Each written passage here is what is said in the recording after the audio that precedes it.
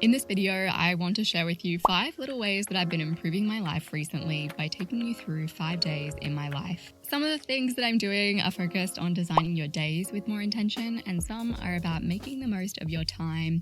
Some are focused on creating feelings of calm and ease in your life.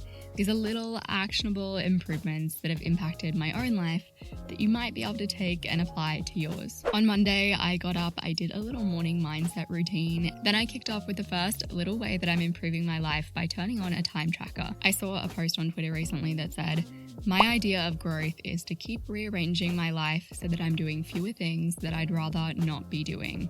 And that really embodies my idea of success. A year or two ago, I read Laura Vanderkam's book, Off the Clock, Feel Less Busy While Getting More Done. And she talks about how you should treat your schedule like a garden. Weed out tasks that are killing your productivity and nurture the worthwhile ones. And a starting point for that is tracking your time for at least a week. I've actually tracked my time a few times, and every time it's led to me making little changes that make big differences in my life. I think looking at your time can be confrontational, and once you really see where you're spending it, you start to make little changes that you might not have made otherwise. I use a tool called A Tracker for my iPad. I think you can get it on iPhone as well. But there are also heaps of free alternatives. You can track your time in a notebook, you can track your time in a spreadsheet. If you Google tracking your time templates, you will find plenty. After I turned on my time tracker, I started my day by batch writing, which felt really good. I got ready. I ended up finishing off 2 scripts, and then my afternoon was spent taking notes on the book Elastic Habits for a book guide in Intention, my app. You can't hear what I'm saying here. I didn't turn the audio on, but essentially I'm saying this book, Elastic Habits, kind of feels like I wrote it. It's a book that is written by me in 2 years. It is a book focused on self-compassionate habits,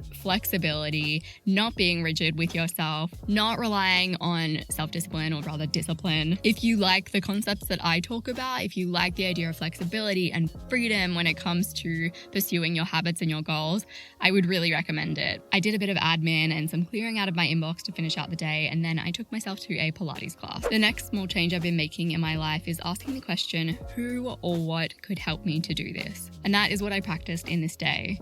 I started my day out with a long shower because I wanted this to be a bit of a reset morning.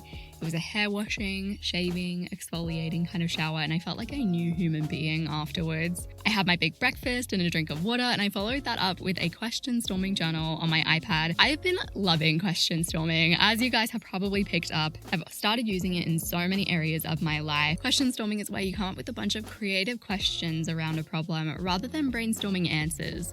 On this morning, I was using question storming on my business, and my favorite question that I came up with was, what would McDonald's do to sell planners on Life Map Collective? I don't want to be like McDonald's. I think our brands are like a little misaligned, but I think it's a fun question to think on. So I considered an extra fries, a limited toy with each meal, McDonald's parties, and how they might translate over to a planner business. The rest of my day was focusing on creating procedures to help others take over things in my business. Like I said, I had been asking the question, who or what could help me to do this? You do hit a point where you realize that you can't do it all. And that could be in your housework, your household management, it could be in your business, it could be in your corporate workplace. You need to share the workload at times. And that question, who or what could help me to do this, is going to help you with that. When it comes to what could help me to do this, I spent my day prepping some video procedures rather than writing them out using Berrycast, which made things easier, simpler, and quicker. And I bought Berrycast on Appsumo, the sponsor for today's video. If you've ever heard of Zapier, Evernote, or MailChimp, they first appeared on Appsumo. Appsumo is a digital marketplace where you can get really good discounts on products that help you and your business. Most of their deals on software are lifetime deals, so you pay once and the software is yours forever. As a business owner and a creator, I am always looking for ways to save myself time and money, and I picked up a few tools from Appsumo to do that. Sendfox is a lifetime deal on Appsumo right now. It's an email newsletter solution that I have been using for quite a while now. Before this, I was actually paying $100 a month for an email solution. Because of the number of subscribers that build up on my list, You can get a lifetime deal to Sendfox for under $100. So I've actually saved thousands with Appsumo. I send out an email usually every fortnight using Sendfox. It's created for creators, bloggers, podcasters, and YouTubers, so it really has everything that I need in it. Appsumo will save you thousands of dollars, but to make the deal even better, they've thrown in an extra 10% off of your first purchase for the first 500 subscribers that purchase through the link in the description. Appsumo believes that the tools that you need to run your business shouldn't put you out of business. Don't forget, you get 10% off of your first purchase if you're one of the first 500 to hit that link or to use my code. I followed my work up with a life map date where my sister and I check in with each other on our goals using my Life Map Collective planner. I made a cup of tea and we talked through the questions in the life map, and this actually led to us both realizing that Amy, my sister, had been bringing up the same thing for too long, that she just couldn't keep on top of household management. I'm not a mother, but from the mothers that I know, I think this is wildly normal, and any mum with a new little one 100% will be struggling to keep up with life, and that's okay and that's normal, but we still wanted to look at any way that she could make her life easier, and that's what happens sometimes in these life map dates, these get-togethers. We both problem solve and tackle a task together because we both want to help each other. So we created her a little energy management tool filled with all of the things that help her to feel on top of life, and we gave her some options, because the reality is, particularly as a new mom, you are going through circumstance changes, different experiences, different moods, different levels of energy every single day, if not multiple times a day. So when she's feeling energized, she can do the top tier option that's listed on the screen, and when she's not feeling up to anything, she can pick the bottom tier option. This is really focused on energy management and flexibility rather than rigidity and discipline, which naturally, as you guys know, is right up my alley. I've talked about having range goals before, and the book Elastic Habits reminded me of the importance of range goals. While Amy did a few bits and pieces at the computer, I planned for my day tomorrow so that I could make the most of my time. The next day, I started my morning with journaling to clarify my thoughts and feelings. This year, I've actually created a little over 40 journal entries versus the 12 that I wrote all of last year, and journaling has turned into this little thing that definitely improves my life. Journaling used to mean rumination for me, because it was this brain dump of all of my thoughts and my feelings, and my Enneagram 4 wing would just want to dive back into feeling all of those emotions that I've already felt, ruminating on all of the bad things. But now that I do it in a different way, it makes me feel lighter, and it does make my days easier. I have a list of things that I want to journal on that pop up in my mind during the week. Sometimes I realize I need to journal on a limiting belief. Sometimes I realize I need to journal on a problem. Sometimes there is something that I need clarity on in my life, and that's what I take to my journaling sessions. To stop ruminating when you're journaling and to use journaling as a tool, start to write about your experiences objectively would be my best advice, without belittling them or exaggerating them. Name your feelings really clearly, letting your emotions inform you and not overwhelm you. If you Google emotion wheel, you'll find a big wheel of emotions, and the more specific you can be with naming your emotions, the better. So use that wheel to help you to define your feelings, and actually write on what you might want to do to work through any issues. Don't just write on the issues themselves. End your journals with I've learned, I've realized, I know now. In this day, I got properly ready. Today was a content and filming day. Before I film, I always like to eat because filming really takes it out of me, so I had a muesli bar, as one does. I wanted to film an Instagram reel as well, so I set up my little phone tripod for that, and I got it edited. This is my reel. I figured out how to do a Ken Burns effect on my phone. It's the ones that you spend the least time on that tend to do the best, or at least that's the case for me. I spent so much time on this like High School Musical one, and I thought it was so good. I was like, yes, this portrays so much about setting boundaries, and I think it's gotten like the least views of all of the most recent reels that I've released. This one I spent too long on, so. And it's also very like niche, so I don't think it'll do that well, but I just really like making them. I added my text to the reel. Since I'm already in my makeup and it feels like the best time, I also took some thumbnails. I don't enjoy getting good thumbnails. I don't like taking photos of myself, and not because I'm not vain, purely because it's very boring. And it's really hard to get a good one, but I'm putting in the effort for you. This thumbnail is not for this video that I'm filming right now. A lot of the time I take screen caps of the video, but there were no good ones, so I'm going to actually take a proper picture for making it happen. I set up the camera, got my remote out. This remote is key. I could not do without it. I fluffed the pillows and took a whole bunch of pictures. I had another thumbnail to take, but I hated how it turned out, so I switched positions. I had to sit on this stack of books with the chair that I was using because otherwise it just looked really odd and I looked too low. And this is a snapshot of how those thumbnails worked out. I edited those thumbnails, and I actually usually edit photos on my phone because it is easier, and I uploaded them to their videos. I made myself some lunch, I took off my makeup, kind of felt like taking off a bra, the makeup needed to go. I tidied up my filming space because it was a mess, and I got into my workout gear. To end my day, I took myself to Pilates. The next day, I embraced something that I should have been doing for a long time, taking my work into nature. And now that I've started doing it, I feel like I've wasted so many days that I could have been doing this. I started my day with some meditation, and then I got to work writing some affirmations for a piece of content on intention. I included all of my favorite affirmations on a quick little 10-minute audio affirmation track. After I chucked those recordings onto the computer, ready to edit, I picked up my iPad, which is what I've been using whenever I go and I work outside of the house, and I took myself to a little table at the park. I spent my time writing notes for the book Elastic Habits that I've been talking about for a book guide that I am creating. In the book, The Nature Fix, they talk about a study where the difference in joy that respondents felt in urban versus natural settings was actually bigger than the difference that they experienced from being alone versus being with friends. And about the same as doing activities that they like doing, like singing and sports, versus not doing those things, which is absolutely insane. Despite all of that, most of the respondents were rarely outside. 93% of the time, they were either indoors or in vehicles. We benefit cognitively and psychologically from having trees, from having bodies of water, and from having green spaces just to look at.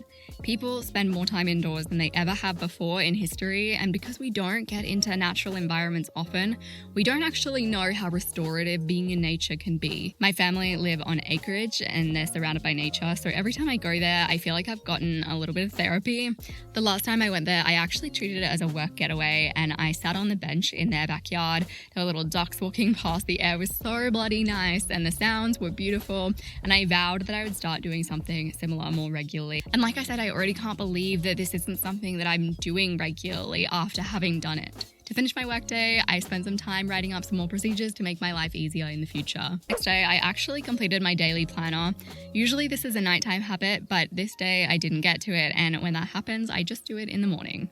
I turned on my first Pomodoro, and this is my next small improvement that I've made to my life recently. A Pomodoro creates this sense of urgency. You probably know what a Pomodoro is, but basically you pick a task to work on. You can use your planner, your to-do list to decide on that task. You set a timer, and then you work, and then you break, and the cycle keeps on going. I like to do longer Pomodoros in the morning because that's when I'm most productive. I use the 52 17-minute break Pomodoro. It's random, but it works. And then when I get to the afternoon or my motivation is just lower, I use shorter Pomodoros just to keep myself moving. I took my little 17-minute break and I used this time to tidy up around my cat. I let some light in, I picked an outfit, I also grabbed some breakfast. These days I've been having a bowl of Carmen's muesli and almond milk. I'm back to an old OG. Something I've noticed with Pomodoros is that using the breaks actually helps me to feel on top of life. I use them usually to do little bits and pieces around the house, nothing high energy, and it keeps me on top of things like tidying and laundry, much more than using my breaks to go on social media or just not taking breaks at all. In Alex Peng's book, Rest, he talks about how having a break during which one works on a completely different task is more beneficial for idea production than working on a similar task or generating ideas continuously. I Pomodoro'd my way through my morning, doing a weekly reset where I cleared my email inbox and my desktop inbox. I brain dumped all of my to-dos and I planned out my week ahead. One time I actually don't do Pomodoros is during meetings because it simply would not make sense, and I was lucky enough to have a meeting with Beatrice from the Bliss Bean around a project. I got a little bit more camera ready to get onto our meeting, and then I checked my camera and mic. In my old job, I had meetings all the time, like they filled my days. It was very normal to go to a meeting. And it was so easy, but for some reason now that I work from home, whenever I have a Zoom meeting, I'm just like, I don't want to go. Even though like this will be a great meeting, like this is going to be fun, and I'll be talking to another content creator and I know that I'm going to benefit from it and I know I'm going to feel good afterwards, but still I'm just like, I don't want to go, I don't want to do it. Don't make me do it. I think it's just the normalcy of going to meetings in my old job. Like I was doing it every single day, maybe like 3 times a day sometimes. Not always, like I definitely had free days, but whereas now I have about 1 meeting a week, maybe. And whenever people ask me to have meetings, I'm just like, let's email instead. So I'm simply not used to them and my brain is just like, no, do we need to? Can we just be cozy and comfortable all the time? This will be good. This will be lovely. I met with Beatrice for about 30 minutes and then I did go through some post-meeting anxiety. Beatrice was so lovely. It was so good to meet her. I do feel exhausted a little bit sick. I wish I was an extrovert. Life would be so much easier if I was an extrovert. I don't know. But Beatrice was really nice. She was very nice to speak to. I'll link her channel down below if you haven't already seen it. The Bliss Bean, an absolute angel. I'm gonna get myself a muesli bar. We're gonna set another Pomodoro and we'll be good to go. A telltale sign for me of when I'm feeling anxious is like my jaw is aching, which is why soon I'm actually getting masseter Botox. A decision I've been debating for a while. I think being able to identify like that's where I'm holding the feeling of anxiety, and also being able to identify that I'm holding anxiety here makes me feel relief from anxiety. I'm struggling to chill out, so I'm going to do a moving through anxiety meditation on the Intention app. And this meditation is actually free. I've made a few other meditations that I was like, I think that's pretty crucial, free, including the self-compassion meditation, which is one that people have found really emotional and really helpful. This meditation takes you through some breathing exercises and thought exercises to calm your mind and your body. That was like medicine. But I'm going to set another Pomodoro timer. We're moving forward. Then I finished my day putting together some procedures for someone that's coming on to help me out in my business. Like I was talking about, there are so many procedures to do, so this took up a lot of my week. This is something that I put in my time saver task bucket. It's a task that will ultimately save me time in the future that I should be prioritizing every single week. These kind of tasks almost always feel like a drag to do, but once you've done them, you've made so much time for yourself in the future. This was a Pilates day as well, so I finished the day by restoring and realigning. If you liked this video, you might like my playlist that focuses on creating more happiness in your life in little ways through your thinking habits, small changes, and better decision making. That playlist is linked on the screen and down below. I appreciate you so very much, and I will see you soon.